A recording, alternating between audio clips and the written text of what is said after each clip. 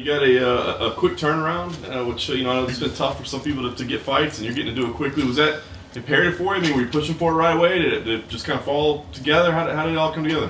Well, I want to have a busy year this year, especially the way I finished off in November last year. I want to go 3-0 this year.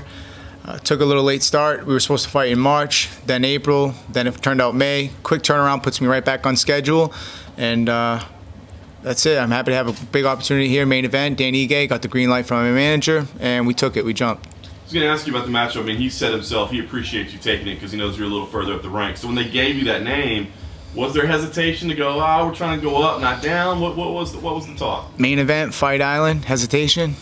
Hell no. I dig it. What'd you think about him? I mean, like I said, I know you've been eyeing the top of the division. Had you been watching his run? I mean, he's had an impressive win streak. Were you watching him at all? Were you familiar with him? Yeah, he's a tough kid, man. He's done what he had to do the last 6 guys. I think we're similar in the fact that we've both been overlooked most of our career.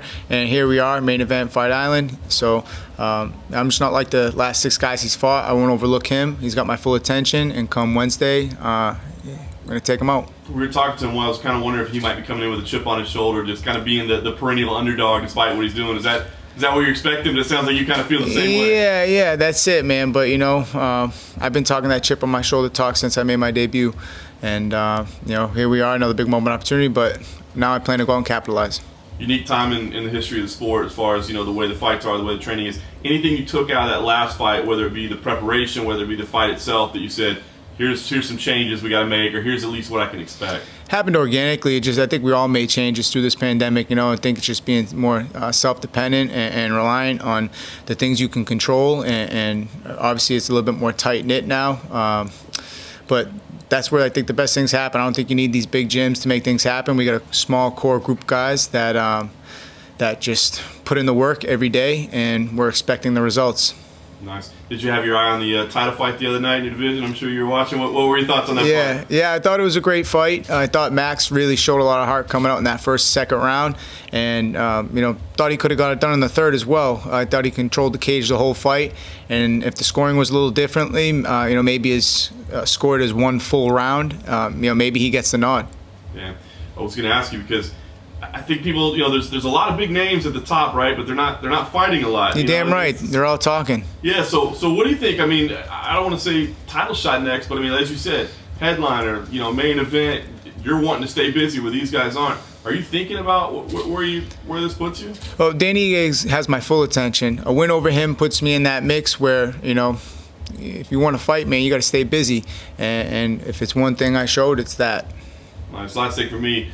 What kind of fight are you expecting here? Because I think on paper this looks like it could be a heck of a scrap. Is this going to be a battle? Are you going to go dominate? What's going to happen here? Everyone thought the last one was going to be a scrap too, and I dominated there. We'll see how it plays out, man. Dan's a tough kid. He comes from a great camp, and I'm going to go out and just do what I do, and I expect to finish. Going back to the title fight on Saturday, did you personally have it scored for Holloway or for Volkanovski? To give you, I saw it once, and it was that close. I feel like I got to watch it again. But I was a little taken back by the decision. I thought Max might have done enough. Just where he controlled the cage the whole fight, and I don't think the takedowns landed up to, it was very minimal. They were quick. He got right back up. But what do I know? I'm not a judge or a ref, Is it one of those ones where Holloway won the fight, but Volkanovski won the match by the rules? Yeah, I just think that the scoring was a little different. I think Dana had mentioned that he was a little upset with it, so maybe that makes him revisit the scoring. So maybe ultimately in the long run it might serve a bigger purpose. So who knows? Do you see anything of yourself in Dan Ige? I feel like this guy coming up, he's a good scrapper. I just think that was similar in the fact that we're hungry and we want to go out and make a name for ourselves. And I think we both have the opportunity to do that Wednesday.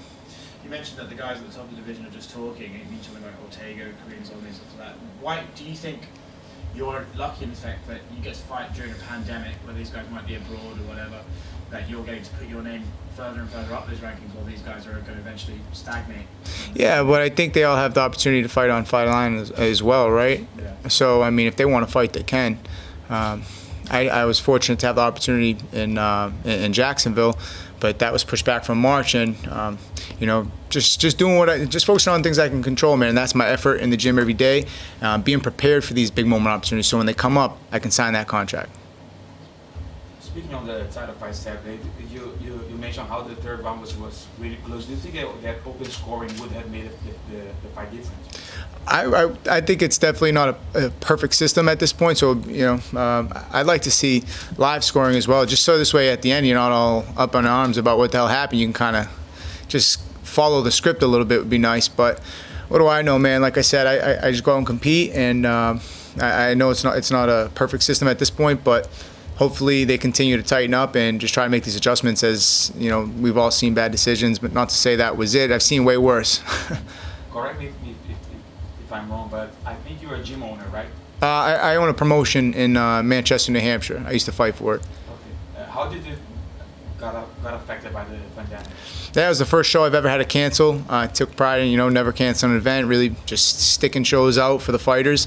And we, just like everybody else, man, we had to cancel our events. We don't, host events on TV or anything like that. We're a local promotion, but all the more reason why I have respect for what Dane was able to pull off, because I know it wasn't easy. Are you planning on doing events now, or? I'm really excited to get that local scene back off the ground and running, man, because these guys, they don't have the opportunity I have in front of me to go fight for the UFC, which is doing the unthinkable right now, hosting events. So I'm really excited to go back home and tackle that and just get these next guys busy so they can have the opportunities I have in front of me. Are you watching everything the UFC is doing here to maybe try to mimic there?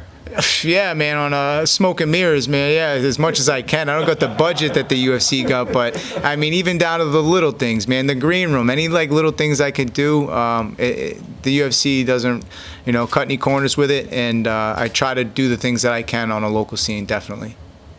And just prepare them for what it's like. We don't got a room full of press and things, but just how to act and hold themselves and just being professional. Even just something is down to get your contracts in, your medicals, do the basics. You don't want to lose a fight over paperwork, and some of these guys at a local level need to hear that.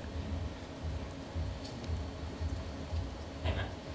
So there was a show just when the pandemic was shutting the world down. Really, there was a show in London that got pulled from the Indigo at the O2 and replaced at an empty warehouse in Manchester. And I was reporting and watching it, and I felt a little bit naughty just watching it at the time. With the Jacksonville shows, maybe it was a hangover from the Tachi Palace. People seem to have a perception that might have had an element of naughtiness to it as well. Did you ever feel that participating and being one of the first people bringing the sports back? Well, through those types of setbacks and where nobody wants to do anything, that's where sometimes the biggest opportunities are. So like you said, we had the whole world watching. There was no sports, and here we are now. That their NBA is kind of a little behind the 8 ball, and everybody else is kind of behind the 8 ball because they didn't, hit the ground running when these things happen. But I understand where the mindset was, but it takes balls, and Dana apparently got big ones to do what he did, and it's paying dividends now. It seems to be cool. There's already been quite a lot of shows the UFC's put on now, and now we've been in 3 different regions.